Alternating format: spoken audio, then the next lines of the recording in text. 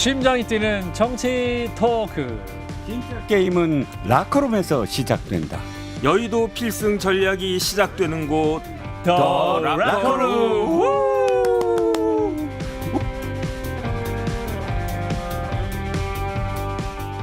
네, 여러분 안녕하십니까, 박재홍입니다. 자, 매주 화요일 보스 패널 두 분과 함께 더 라커룸 레드 편, 레드 라커룸을 시작하겠습니다. 오늘도 보수의 형과 아우 절친 두 분과 함께 보수의 눈으로 주요 현안을 짚어보겠습니다. 자, 먼저 형님, 이종근 평론가 어서 오십시오. 네, 안녕하십니까. 너무 멀어졌어요. 정변 내 목소리 들려요? 들려요, 내 목소리? 제가 딴 건 몰라도요. 청력 하나만은 자신 있습니다. 아, 이게 변호사 하시니까 이게 잘 들으시는 거죠? 자, 동생 정혁진 변호사도 함께 하셨습니다. 어서 오세요. 네, 안녕하세요. 예, 자, 오늘 국군의 날인데 또 두 분이 또 성실하게 함께 해 주셨습니다. 자, 요즘 또 현안이 너무 많아가지고요. 이게 참 이슈 챙기기가 쉽지 않은데 아무튼 오늘 첫 번째 이슈부터 차근차근 좀 풀어보겠습니다. 자, 내일 대통령이 추경호 원내대표와 여당 상임위원장, 상임위 간사단을 대통령실로 초청을 해서 이제 만찬을 함께 한다고 합니다. 이 대통령과의 만찬, 뭐 최근에 이제 한동훈 대표와 만날 것이냐 안 것이냐 뭐 여러 가지 논란이 있었습니다만 중요한 것은 이제 한동훈 대표가 빠졌어요. 이제 여러 해석이 나오고 있는데 관련 영상을 듣고 이어가겠습니다. 윤석열 대통령이 내일 국민의힘 원내지도부와 여당 소속 국회 상임위원장 등을 대통령실로 초청해 만찬 회동을 하는 것으로 확인됐습니다. 다음 주에 시작하는 국정감사를 앞두고 당정 결속을 다지자는 취지인데 한동훈 대표는 참석하지 않습니다. 주요 뉴스로 보도된 내용입니다. 자, 이제 언론이 강조하는 부분이 한동훈 대표를 빼고 이 부분을 이제 굉장히 강조해서 보도를 하고 있죠. 왜냐하면 이제 한동훈 대표와 대통령의 독대, 계속 이제 한동훈 대표가 독대해서 주요 현안을 얘기하고 싶다라고 대통령과 대통령실의 의지를 밝혔기 때문에 과연 그 두 분의 만남이 언제 이루어질 것이냐 이 부분이 관심 포인트였는데 빼고 또 원내대표만 만나서 또 주요 현안 얘기한다니까 여러 가지 논란입니다. 어떻게 보셨습니까? 일단 한동훈 대표는 밥 달라는 얘기 안 했잖아요. 여기는 밥 먹는 자리니까 네. 난 밥을 먹는 자리가 아니라 답을 달라. 밥을 달라가 아니라 답을 달랍니다. 아하. 그러니까 지금 한동훈 대표가 질문을 하려고 가는 거 아니고요. 예. 건의를 하려고 한다. 이미 한동훈 대표는 만나달라고 한 그 요청에서 이미 자신의 이야기를 다 한 거라고 저는 생각해요. 예. 그렇게 해서 독대를 하면 사실은 대통령이 답을 내놔야 되거든요. 아하. 김건희 여사와 관련된 문제, 뭐 의료 계약과 관련된 문제, 이 문제와 관련해서 그래 한동훈 대표 맞아 그렇게 하자라는 답이 사실 답정너라고 저는 생각을 하는데 그것을 하기에 결심을 좀 많이 시간이 필요하다라고 생각이 들고요. 그런데 상임위원장이나 이 모임, 이 만찬은 사실 언제나 했었던 회동이거든요. 상임 국정감사 하기 전에. 오해하지 마라. 그건 어쨌든 상례적인 일이라면 저기 한동훈 대표와의 만남은 상례적인 일이 아니라 정말 모멘텀을 가져야 되는 문제라 대통령이 좀 이렇게 늦게 달궈지는 슬로우 히터잖아요. 슬로우 스타터다. 네. 정법전님은 어떻게 보세요? 글쎄요, 저는 갑자기 해장국 같은 게 생각이 나요. 해장국. 거기서 뭐 빼고 뭐 이런 메뉴 있지 않습니까? 뭐 선지 빼고 못 빼고 뭐. 전 순대 빼고 주세요. 순대국밥 할 때. 그래서 저는 사실은 그냥 평범한 사람이잖아요. 그냥 범인이잖아요. 그러니까 대통령의 깊은 생각을 사실은 이해를 못 하겠어요. 그러니까 대통령이 생각이 아주 깊거나 또는 생각이 없거나 둘 중에 하나 아닌가? 저는 그런 생각이 들고요. 굳이 이제 생각이 깊다라고 생각을 하면 지금 대통령 상황이 되게 어려우니까 그런데 윤 대통령의 가장 큰 관심사는 무엇이 되어야 하느냐. 정권 재창출이 되어야 하거든요. 만약에 정권 재창출 안 되고 민주당이 정권을 잡는다. 그러면 대통령 어떻게 되겠습니까? 지금도 저렇게 뭐 이렇게 막 그냥 무례하게 몰아치는데 정권 뺏기면 윤석열 대통령 어떻게 될까? 그러니까 어찌됐든지 간에 정권 재창출할 수 있는 사람을 좀 안전지대에 보호해 놔야 되겠다. 그런 생각이 있으신 건가? 저는 굳이 해석을 한다면 그렇게밖에는 해석이 안 된다 그런 생각이 들고요. 예. 어쨌든 제 머리로는 도저히 이해가 되지 않는다. 솔직히 말씀드리겠습니다. 굉장히 완곡하게 이해가 안 된다 이렇게 말씀하셨는데 완곡한 게 아니라 오늘 직격탄 아, 직격탄입니까? 이거 직격탄입니다. 썸네일 곡사판인데. 나왔습니까? 예. 아 정혁진 국군의 용산의 직격탄 국군의 날에 정혁진 코트 예. 도저히 이해가 안 돼. 코트 닫고. 현무투 발사 뭐 이렇게 예. 이 당 대표와의 독대 어떻게 전망하세요? 앞으로 잡을까요? 그거는 잡겠죠. 저는 여론이라고 봐요. 여론조사 지지율이 앞으로 어떻게 될 것인가가 그러니까 대통령실이 이 독대를 잡는다는 건 위기의식이 정말로 느껴질 때 할 수 있는 것이거든요. 예, 예. 근데 지금 왜 독대가 좀 늦어지느냐? 아주 약간 갤럽에서 올랐어요. 약간. 대통령 지지율이 그리고 이거를 좀 대통령실에서 계속 이야기하거든요. 올랐다. 대단히 기뻐하거든요. 예. 근데 이게 그 기뻐합니까? 주식도 보면 내려가다가 약간 다시 반등해 이식 매물 나오잖아요. 아하. 그러다가 다시 좀 더 내려가다가 약간 정체되고 이러면서 전체적인 선은 하강 곡선이거든요. 추세선을 그러니까. 봐야 되는데 예. 잠깐의 일희하지 않아야 된다. 대통령실에서는. 그래서 저는 아마도 지지율은 사실 상승할 수 있는 계기가 별로 안 보여요. 앞으로 국정감사는 사실 야당의 시간이지 여당의 시간이나 정부의 시간이 아니거든요. 예. 그렇다면 대통령실이 아마도 이제 진짜 지지율이 10%대로 떨어지거나 했을 때는 특단의 어떤 결심을 해야 되고 그 결심이 아까도 말씀드렸지만 한동훈 대표를 위시한 국민의 그런 그 요청에 답을 해야 된다. 그렇군요. 자 우리 정혁진 변호사님은 그 지지율이 20에서 23%로 오른 거잖아요. 예. 3% 오른 갤럽 조사. 건데 그 퍼센테이지로 따지면 15% 오른 거예요. 20%에 10%면 2%잖아요. 3%면 무려 15% 오른 거니까. 포인트가 아니라 퍼센티지로 네네. 얘기하는 역시 그러니까 지금 분석적이에요. 이종근 선배님 말씀이 맞을 수도 있는데 시간 문제라고 봐요. 저는 이제 한동훈 대표는 나는 할 만큼 다 했다. 나는 이야기할 만큼 다 해놨고 예. 시간 두고 이제 기다리면은 그러면은 언젠가는 당 대표하고 독대가 되겠죠. 근데 거기에 대한 타이밍은 거기에 대한 책임은 당 대표 독대가 빨라지든 늦어지든 만약에 거기에 대해서 책임질 일이 생기면 예. 그거는 용산의 책임이다.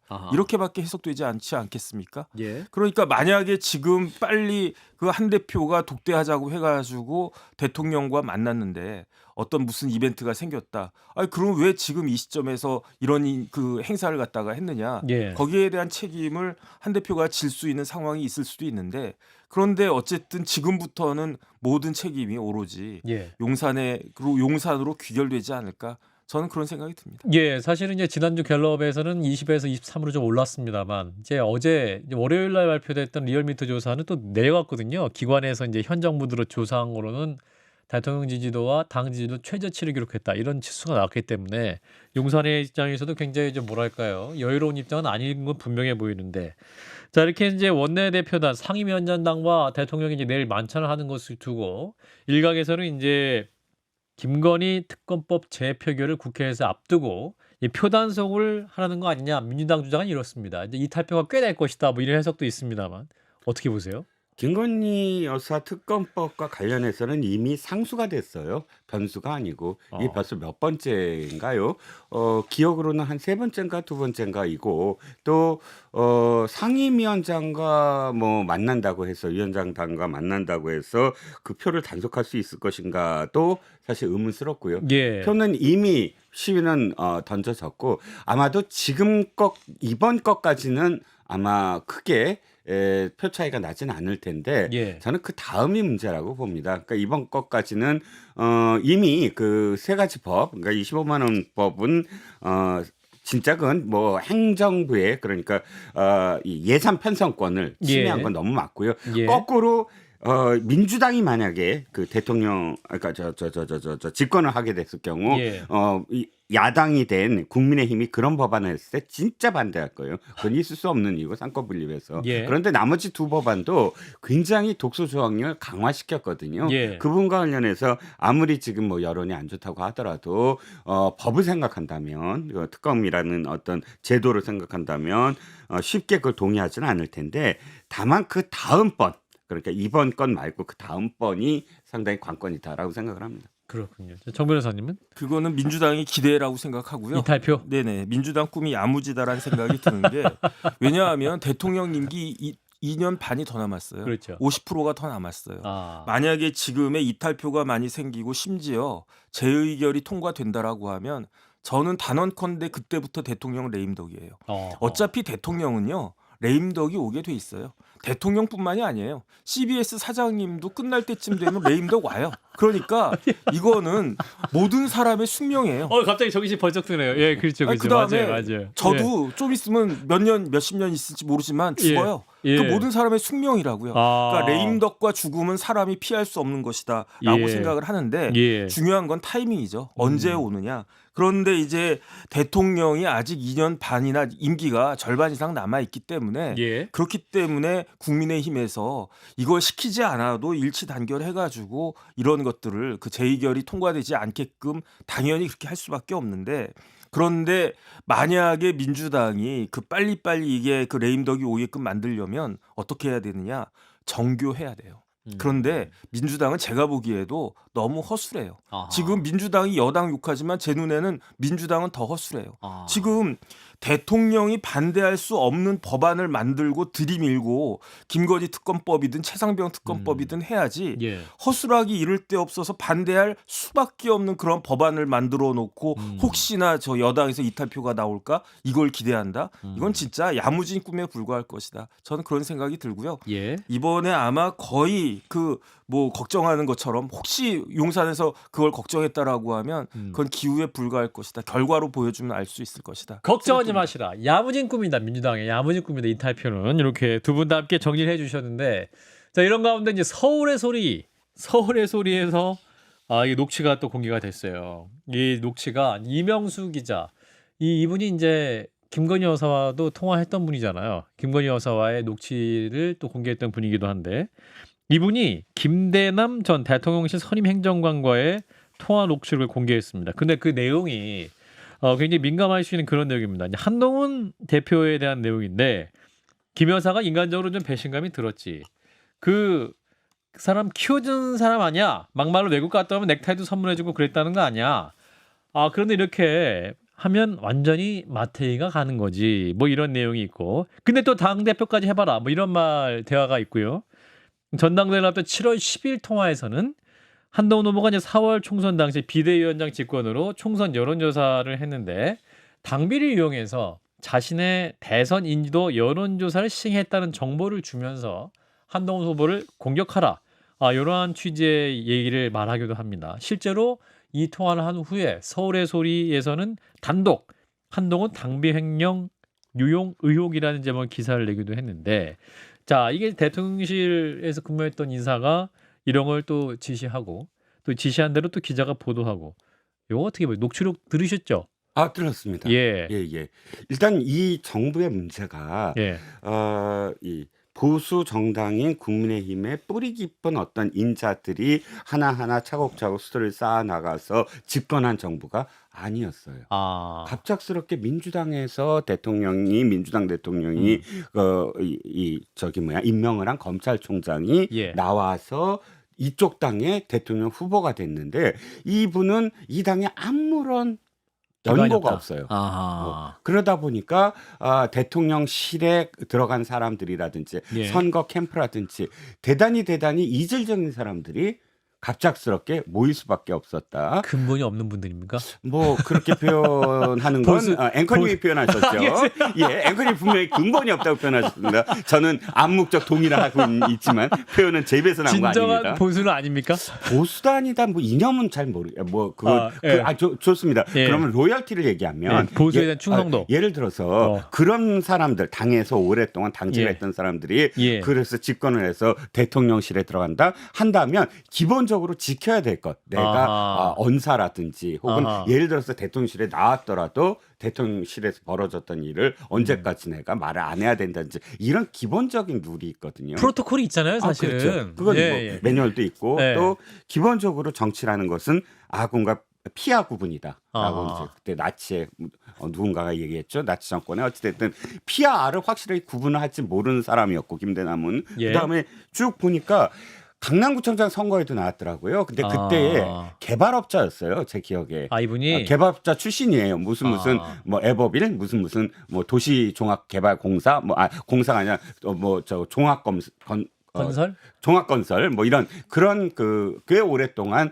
그렇게 그 개발업자로서 있으셨던 분인데 예. 강남구청 그때 예비 후보에 넣었다가 내가 뭐 윤 대통령을 만든 사람이야 그랬다가 떨어진 사람이에요. 그런데 이제 대통령실에 들어가서 시민사회소통수석실에 행정관으로 있었던 거는 제가 몰랐는데 이번에 알게 됐습니다. 그러니까 이것을 두고 일단 참 지금도 대통령실이 예전과 다른 느낌. 그러니까 막 뭐 관계자가 막 튀어나오고 또 그 안에서 이렇게 기강이라든지 이런 것들이 제대로 교육이나 훈련이 되지 않은 사람이 나와서 예. 대통령실과 관련된 부분들을 마음껏 이렇게 풀어낸 것. 이게 얼마나 아마추어적이고 사실 시스템이 제대로 갖춰지지 않고 또 워낙에 대통령실이 기강이 잡히지 않으니까 안에서 기강이 잡히지 않으니까 나온 사람이 저렇게 활개를 치는 것이고 일단 그 문제가 가장 크다.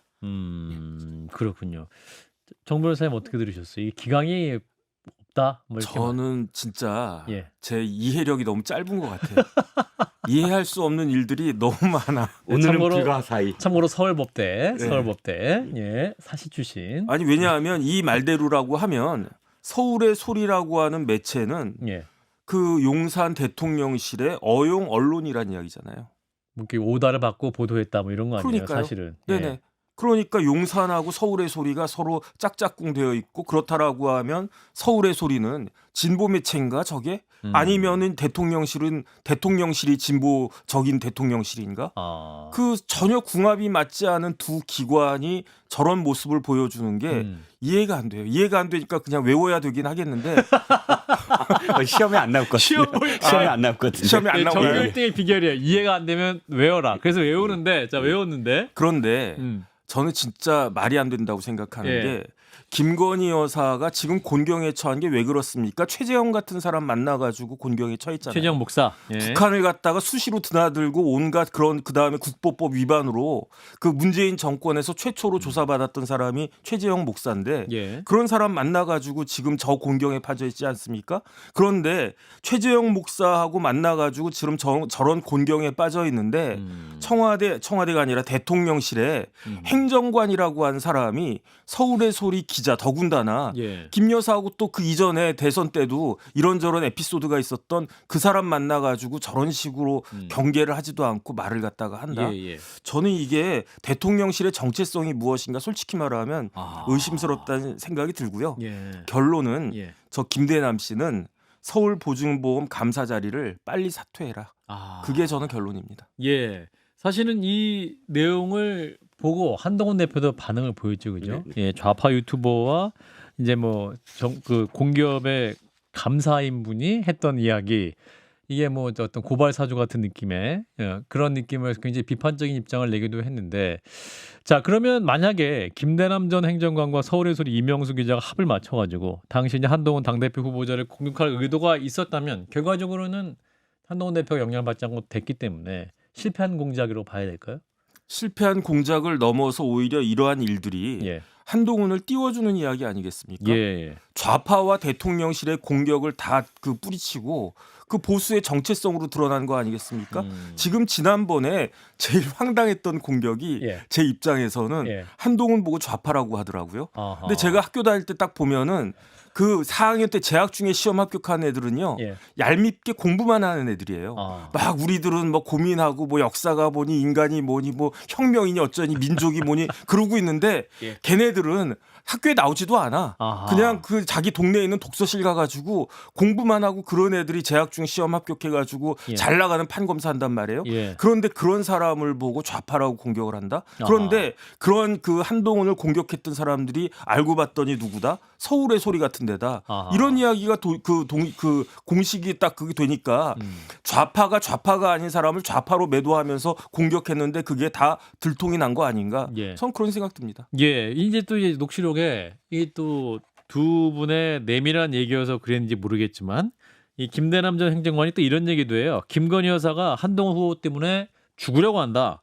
너희가 이번에 잘 기획해서 치면 가로 열고 한동훈 후보를 치면 여사가 아주 좋아할 것이야. 이렇게 얘기를 하는데 이거 참 뭐랄까요. 한동훈 대표 입장에서는 기분 나쁠 것 같은데요. 그렇죠. 기분이 뭐 좋을 리가 이분이 있겠습니까? 또 그런 이야기를 듣고. 대통령실 관계자고. 자, 일단 이제 좀 구분은 좀 해야 될 것 같아요. 지금 이 김대남이라는 사람은 대통령실에서 나왔어요. 그리고 대통령실을 별로 그렇게 좋아하진 않아요. 왜냐하면 총선에서 떨어졌거든. 자기 공천 안 됐다고? 공천 안 됐어요. 공천 안 되면 이렇게 그냥 해도 되는 거예요? 아니. 그러니까 해도 된다고 얘기. 무슨 당에 말인지 대한 얘기는 아니고요. 예, 그러니까. 팩트에 대한 얘기를 하니까. 팩트. 그리고 일단 대통령실에서 나와서 어디에 있었냐면 나경원 후보 캠프에 있었어요. 아하. 나경원 후보 캠프에서 지금 있으면서 이 공작이 시작이 됐어요. 아하. 그러면 서울의 소리와 하는 이야기를 이렇게 놓고 봤을 때 서울의 소리를 한번 생각을 해보죠. 서울의 소리한테 내가 나경원 캠프에 있는데 나경원을 좀 도와줘 하면 서울의 소리가 공작을 해줄까요? 안 해줬을 거예요. 그럼 너네 뭐 나경원 후보를 우리가 도와줄 이유가 어디 있겠어? 그럼 나경원 캠프에 있는 사람이 서울의 소리에 어떤 공작을 하려고 한다면 김건희 여사 이야기를 하는 것이 가장 좋았을 것이다. 딱 서울의 소리는 물을 수가 있잖아. 덥석. 그래? 또 다시 관계를 다시 할 수 있어? 그리고 대통령실 얘기를 더 들을 수가 있어? 그래서 이야기를 시작했을 것이다. 그리고 관계가 계속돼서 김대남이라는 사람은 이명수라는 사람한테 도리어 이걸 요구했어요. 오늘 뭐 방송에서 나왔는데 그러니까 좌파들이 갖고 있는 한동훈에 대한 소문 그것을 전달해달라 해갖고 전달을 받았다는 겁니다. 뭐 한동훈에 대한 집요한 어떤 그런 공격의 의도가 분명히 있었다고 보고요. 물론 그런데 지금 이 상황에서 다시 말씀드리지만 김건희 여사의 직접적인 어떤 사주나 대통령실의 사주가 있었을까? 그건 아닌 것 같아요. 현재 제가 생각하기에는 대통령실에는 나와 있었고 다른 후보 캠프에 있었고 그래서 서울의 소리를 이용하려고 했고 그 이용하는 어떤 과정 속에서 미끼처럼 던진 말은 아니었을까라는 추정도 한번 볼 수 있는 거죠. 예, 사실은 이제 한동훈 웃고 있는데요, 정변. 뭐 이렇게 뭔가 아는 듯한. 저혁진 변호사는 이해가 안 가서 외국 계세요. 외국에 계시네. 자, 그런데 한동훈 대표가 SNS에 부끄럽고 한심하다 이렇게 이제 글을 올렸는데 이게 부끄럽고 한심한 게 또 김대남 씨를 겨냥한 게 아니라 또 배우를 겨냥한 것이 아니냐 뭐 이런 해석까지 또 넓게 하시는 분도 있어요. 자, 우리 정 변호사님은 전반적인 이 상황 어떻게 보시는지. 글쎄요, 한동훈 대표가 뭐 이런 그 의사 표시를 굳이 하는 게 맞았는가 하는 생각은 들어요. 그래요. 그냥 그 한동훈 대표가 어떤 심경일 것인가 모두가 다 추측할 수 있는데 그걸 굳이 이야기할 필요가 있었나 그런 생각이 들고요. 이것도 이해가 안 돼요. 그래서 만약에 이해 안 돼. 전반적인 이해가 안 돼요. 뭐 김대남 씨한테 이야기한 거다라고 뭐 그렇게 외우면 되고 그 배우를 겨냥한 것이었다 그러면 또 뭐 그렇게 외워야 되고 뭐 이렇게 넘겨짚을 그러한 사안은 아니지 않나 생각 듭니다. 그런데 한 가지 팩트 체크는 하고 넘어갈게. 아까 이 서울의 소리가 보도하고 김대남 씨가 던져줬다는 한동훈 당시 비대위원장이 총선 때 자신의 이미지를 높이기 위해서 대선 후보 여론조사를 했다. 그러니까 그 당비를 갖고 개인적인 어떤 이미지와 관련된 여론조사를 했다는 건 당시에 홍영림 그 여의도 연구원장이 최근에 밝힌 것도 그렇고 당시 질문이 15가지가 있었대요. 그러니까 당의 어떤 이미지라든지 혹은 당이 지금 이 각 당의 어떤 그 지지율이라든지 이런 것 속에서 당 대표를 비교하는 게 한 항목이 있었다고 하더라고요. 그 각 당 대표를 비교하는 항목이 하나 있었다고 해서 한동훈 비대위원장이 대권을 위해서 뭐 한다. 그것도 또 그거를 이 발주한 사람이 그러니까 여의도 연구원의 빅데이터실이었대요. 그건 정기적 발주였고. 그러니까 이걸 갖고 마치 한동훈 대표가 직권으로 당비를 갖고 여론조사를 한 것처럼 만든 건 공작이었다는 거죠. 그다음에 저도 그거는 좀 말이 안 된다라고 생각하는데. 그거 이해가 되시는구나. 왜냐하면 한동훈 법무부 장관이 안 한 게 있어요. 그게 뭐냐면 업적집. 법무부 장관 나갈 때 다 업적집 만들었거든요. 추미애 장관 나갔는데 1,000만 원 넘게 들었어요. 박범계 장관은 추미애 장관만큼 돈은 안 들었지만 어쨌든 1,000만 원 가까이 들었어요. 그러니까 전임 장관들, 조국 장관은 안 했을 거예요. 왜냐하면 업적이 있을 만한 틈이 없었으니까. 금방 그만뒀죠. 네네. 그러니까 한동훈 장관도 만약에 정치에 생각이 있거나 아니면 뭐 좀 이렇게 있어 보이고 싶다는 그런 생각이 있었으면 아니 나 같으면 업적집 만들었을 것 같은데 그 다음에 뭐 밑에 있는 직원들이 아니 장관님 업적집 안 만드십니까? 그게 뭔데 그러면은 전임 장관님들 다 만드셨는데요?라고 말하는 직원이 분명히 있지 않습니까? 조직에는 있을 겁니다. 그러면 예. 그래 업적집 내가 업적이 있네 이랬을 것 같은데 안 만들었잖아요. 예. 그 다음에 또 한동훈 장관이 그 해외 그 뭐 출장 같은 거 할 때 예. 그 퍼스트 클래스 안 탔잖아요. 예. 박범계 장관은 탔다고 제가 들었는데 비즈니스 타고 그랬으니까 이런 거 가지고 그런 실수할 사람은 아니지 않나 저는 그 생각 듭니다. 예. 자, 관련 논란 또 어디까지도 확산될지 또 내일 있을 또 원내 지도부와의 대통령의 만찬 또 그 후의 이야기 추가적으로 나오는 것을 가지고 또 다음 주에 또 얘기할 수 있을 것 같아요. 자, 두 번째 시로 넘어가겠습니다. 자, 두 번째는 이제 민주당 이재명 대표 얘기인데요. 검찰이 이 위증교사 혐의를 받고 있는 이재명 대표에 대해서 어제 징역 3년을 구형했습니다. 이제 검찰의 구형입니다. 이재명 대표는 여기에 대해서 최악의 정치 검찰이다. 검찰의 친위 쿠데타다. 이런 아주 강한 발언을 쏟아냈는데 그 장면을 듣고 이어가겠습니다. 나는 일본 사람 아닙니다. 이럴 때 아닙니다를 떼내면 내가 일본 사람이라고 말한 게 되겠지. 대한민국 검찰이 이런 식으로 법을 왜곡하는 것은 범죄 행위입니다. 친위 쿠데타지요. 총칼이 군인이 이제 영장을 든 검사로 바뀌었습니다. 예, 자 검찰의 친위 쿠데타다 강력한 발언, 최악의 정치 검찰이다. 그리고 짜깁기 수사를 한 것이다라는 민주당의 강력한 비판입니다. 자, 징역 3년 구형. 많이 또 예상을 3년으로 예상하신 분도 꽤 있었었는데, 자 먼저 평론가님부터 말씀 주시고. 네, 뭐 양형 기준표 상에 10개월에서 3년이라고 되어 있고 그 중에 가장 큰 그러니까 최고로 3년을 했다라는 건 뭐 언론에서 계속 얘기됐던 거고요. 예. 감경을 하려면 세 가지가 필요하다고 해요. 예. 하나는 뭐냐면 아하. 반성을 했다. 반성. 반성을 했다. 반성 안 했잖아요. 저 도리어 화를 내고 계시고. 두 번째는 무죄가 됐을 때. 그런데 그 당시에 무죄가 됐을 때. 아하. 무죄가 되면 위증을 했어도 영향을 안 미친 거잖아요. 아하. 그러니까 그 위증이 영향을 미치지 않았을 때. 그리고 마지막으로는 위증 관련자들이 특수 관계일 때. 엄마, 아내, 가족. 그러니까 위증을 교사했는데 어차피 엄마한테 나중에 그 위증해줘, 아내한테 위증해줘. 그랬을 땐 특수 관계인이잖아요. 이런 경우가 아니면 가중 요소가 최고형으로 갈 수가 있다라는 겁니다. 정상적인 3년 구형이다. 예. 예. 저 정법전님께서는 글쎄요, 저는 오히려 한 5년 정도 구형했었어야 되는 거 아닌가. 5년이요? 왜냐하면 법정 최고형이 5년이거든요. 그래요? 네네. 3년이 아니에요? 3년이 아니에요. 3년은 양형 기준상의 최고 형량이 예. 3년까지 해라 웬만하면. 웬만하면 그 다음에 그거보다 더한 일 있으면 5년까지 할 수 있는 거예요. 그러니까 저 같으면 왜냐하면 이게 우리나라 역사상 최악의 위증교사라고 저는 생각을 하기 때문에. 그 다음에 다른 사례들하고 비교해도 이거는 진짜 예컨대 제가 사례를 찾아봤더니 병원장이 가짜 입퇴원 확인서를 끊고 보험금을 부당하게 받았단 말이에요. 예. 이게 들통이 났어요. 사기죄로. 그러니까 사기죄 재판받을 때 그 병원장이 환자들 불러다가 사실대로 말해달라 이렇게 이야기를 했는데 예. 그런데 이게 위증교사로 인정이 됐어요. 몇 년 나왔냐면 징역 1년 6개월 나왔어요. 그럼 이 사건에 대해서 검찰은 얼마를 구형했을까? 제 생각에 3년 구형했을 것 같거든요. 예. 3년 구형하니까 그 법원에서 이거 3년 좀 과하다 해서 1년 6개월 때린 거 아니겠습니까? 그러면은 이 정도 사건에 3년 정도 구형했을 것 같고 1년 6개월 징역이 나왔는데 실제로 그런데 이재명 대표가 한 거는 어마어마한 거잖아요. 그거는 뭐가 걸려 있는 것이었느냐?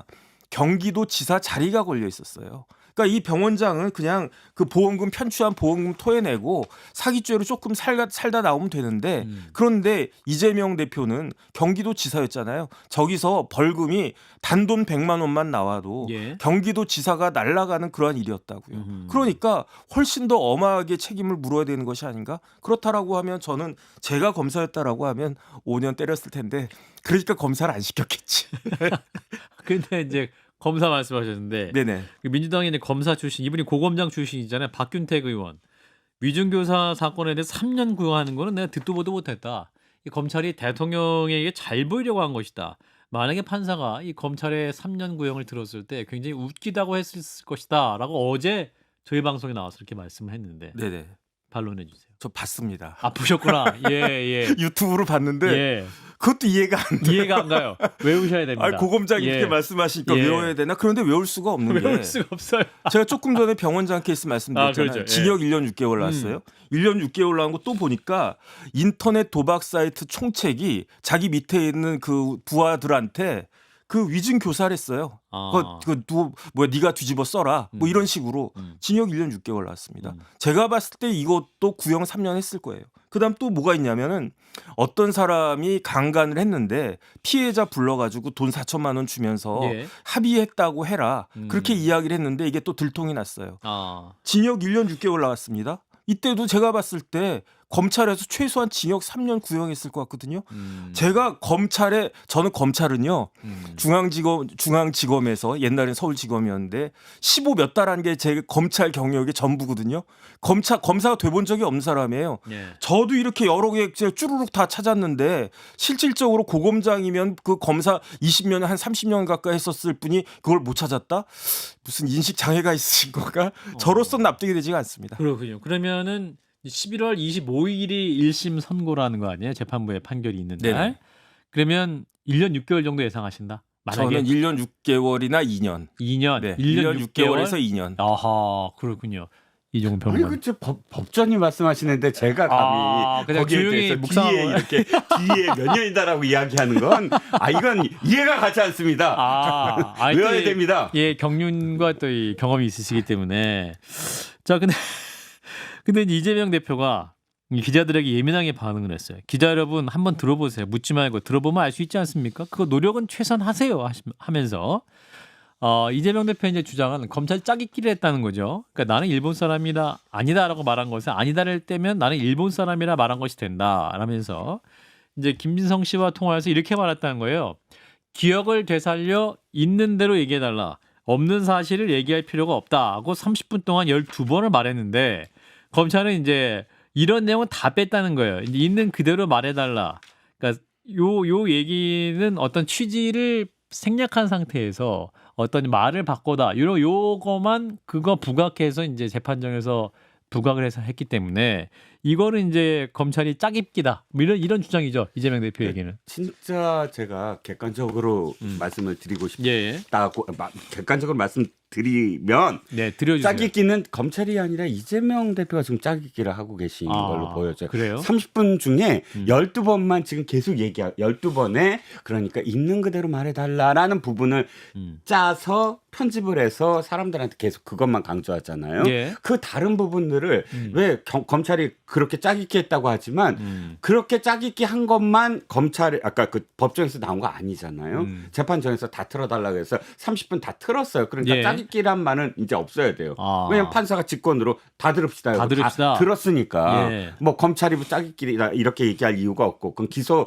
단계에서 공소장에 써져 있으면 모를까. 지금 판사는 이미 객관적인 증거를 다 들었고 예. 자, 더 중요한 건 뭐냐면 이거잖아요. 뭐 증인이 그러니까 그 위증한 그 피고인이 나는 모른다. 기억이 안 난다. 그러면 법정에서 기억이 안 난다고 대답을 해야지. 예. 그 기억을 그래요? 있는 그대로 하는데 기억이 안 난다고 하니까 뭐라고 하죠? 그러면 이렇게 기억을 되살려서 이러이러한 사실을 내가 요지서를 줄 테니까 이렇게 해주세요. 예. 라는 뉘앙스로 계속 차곡차곡 빌드업이 되어 있는 부분들이 있잖아요. 그런데 예. 이재명 대표야말로 그 부분들은 모두 다 버려버리고 12번에 있는 그대로 말해달라라는 부분만 끄집어내서 그것만 이야기하고 있다. 아까 지금 병원장 말씀하셨죠? 그 워딩에도 있는 그대로 말해달라. 병원장이 뭐라고 그랬죠? 사실대로 말해달라고 얘기해요. 사실대로. 그러니까 위증 교사를 하는 사람은 빠져나가기 위해서 있는 그대로 사실대로라고 하면서 기억이 안 나는 사람한테 예. 자신의 생각을 더 씌워서 그것을 요구하잖아요. 그 요지서까지 보내준 사람이 본인인데 그 요지서 부분은 버려버리고 있는 그대로만 강조하고 있다는 거죠. 예. 짜깁기는 이재명 대표가 짜깁기는 이재명 대표가 한 것이다. 정 법전께서. 글쎄 저는 짜집기란 말이 왜 나왔나 제가 곰곰이 생각을 해봤는데 제 경험상 이거를 녹취록이란 말이에요. 그 녹취록이 30-40분이라고 하지 않습니까? 예. 지금 우리 방송하는 거 30분짜리를 갖다가 녹취록으로 만들면 몇십 페이지, 100페이지 넘어갈 수도 있고요. 그다음에 이제 녹취록이라는 걸 쭉 보면 거기에 중요하지 않은 내용들도 많이 담겨져 있어요. 그러니까 검찰에서 법원에다가 제출했을 때에는 그 몇십 페이지 중에서 필요한 부분만 그렇게 해가지고 요약해가지고 제출할 수밖에 없었을 건데 예. 그걸 짜집겠다라고 지금 이야기하는 것 같고 하도 그러니까 오죽그랬으면은 당시에 재판장이 그럼 한번 다 들어봅시다. 한 30분이든 40분이든 다 들었다는 거 아니겠습니까? 예. 오히려 그 혹 때려다가 혹을 더 붙인 격이 됐다라고 저는 알고 있고 예. 그 다음에 이제 김모 씨한테 사실대로 말하라 이걸 갖다가 여러 번 이야기했다 그렇게 이야기하는데 그게 저 같은 사람한테는 어떻게 들리냐면요 10,000원짜리 한 장 딱 주면서 일진이 빵 셔틀 딱 불러요. 일로 와봐. 그런 다음에 10,000원짜리 한 장 딱 주는 거예요. 그러면서 10,000원 한도 내에서 10,000원 한도 내야 10,000원 한도 내에서 빵하고 우유하고 맥주하고 담배하고 아이스크림 사와. 그다음에 거스름 돈 있으면 너 가져. 이런 것과 뭐가 다르겠습니까? 그런 다음에 뭐 빵 셔틀 걔가 뭐 그게 뭐 한 3만 원이 됐든 5만 원이 됐든 그거 다 사간 다음에 나중에 학교 선생님한테 일렀는데 그 일진이 뭐라고 그랬습니까? 저는 분명히 10,000원 한도 내에서 사오라고 그랬지 이거를 갖다가 10,000원 넘어가면 사오란 이야기는 아니었습니다라고 이야기하면 그걸 갖다가 믿을 선생님이 있겠습니까? 그다음에 조금 전에 이종근 선배님 말씀하셨지만 제가 해봐도 위증 교사한 사람들은요 다 내가 교사를 받아서 위증한 사람한테 사실대로 말해달라고 이야기했다라고 열이면 열 그렇게 이야기해요. 그게 위증 교사범들의 일관된 레파토리다. 이걸 갖다가 이재명 대표가 제1당 대표이면서 똑같은 레파토리를 갖다가 하고 있다. 이렇게 보면 될 것 같습니다. 예. 그래서 이제 이 1심 선고 결과 11월 25일 날 있을 예정이긴 한데 자, 어떻게 보세요? 그 이제 선거법 위반 혐의 1심 재판이 1월 15일 있고 네네. 11월 25일 이렇게 이제 11월 중하순이 굉장히 중요한 한 달이 될 것 같은데 우리 정 변호사님은 실형 확률이 93.8%라고 말을 하셨더군요. 네네. 93.8 굉장히 오묘한 숫자네요. 93 0.2 소수점까지 어떻게 하신 거예요? 아니 그거는 제가 계산한 게 아니고요. 예. 검찰이 계산한 거예요. 검찰이? 네, 검찰이 제가 방송한 걸 봤나 안 봤나 모르겠는데 저는 제가 이제 신문 기사 쭉 봤더니 실형 확률이 위증교사 실형 확률이 76.3%라고 나온 기사를 봤어요. 그래가지고 이게 그 위증죄 같은 경우에는 한 50% 정도 되는데 원래 위증보다 위증교사를 더 강하게 처벌하거든요. 그래서 위증교사 됐을 때 38명 중에 29명인가 뭐 어쨌든 그렇게 해가지고 그래서 76.3%가 나왔다라고 제가 딱 이야기를 했더니 방송에서 몇 군데서 그렇게 이야기를 했거든요. 검사님들이 보시고 저 사람 거짓말한다라고 한 것 같아요. 그다음에 실질적인 통계는 검찰이 더 많이 갖고 있을 테니까 지난 6년 동안 192명인가 위증교사로 처벌을 갖다가 했는데 실형이 나온 사람이 12명인가밖에 안 된대요. 그래서 93.8%가 나온 거예요. 그다음에 벌금 나온 사람들은 어떻게 벌금이 나왔느냐. 첫 번째 그 탈북하신 분들 한국의 법 체계에 대해서 잘 모르는 그런 분들이 뭐 그 북한에서는 우리 다 이 정도는 다 거짓말합니다라고 생각을 했는데 그럴 수 있겠다 해서 벌금형 내려주고 그다음에 대부분은 그 12명 안에 들어간 벌금형 받은 사람들 거의 100%는 어떻게 했느냐 싹싹 빌었대요.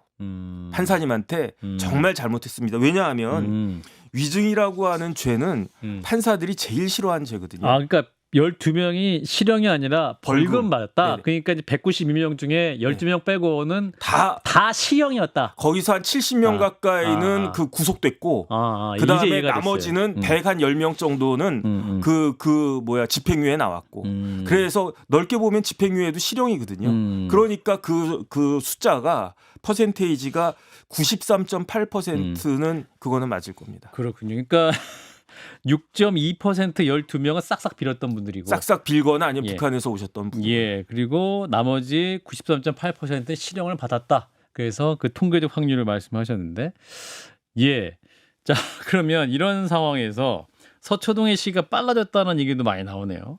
이제 조희대 대법원장이 재판 소요 시간에 633 원칙을 지키라고 했다는데 이거 뭐예요? 633. 그 1심이 선거법. 선거법? 공직선거법과 예. 관련해서 예. 법률상에 반드시 그렇게 해야 된다. 음. 예, 1심은 6개월, 예. 그다음에 1심이 끝난 다음으로부터 3개월 이내로 2심이 있어야 되고 2심이 끝난 다음으로부터 3개월 이내로 대법원이 확정해야 된다라는 것을 지금 조희대 김명수 대법관이. 대법원장 시절부터 거의 안 지켰어요. 아. 그래서 아시다시피 우리가 선거법과 관련돼서 문제가 있었던 황운하 의원이라든지 뭐 또 황운하 의원은 재선까지 됐고 예.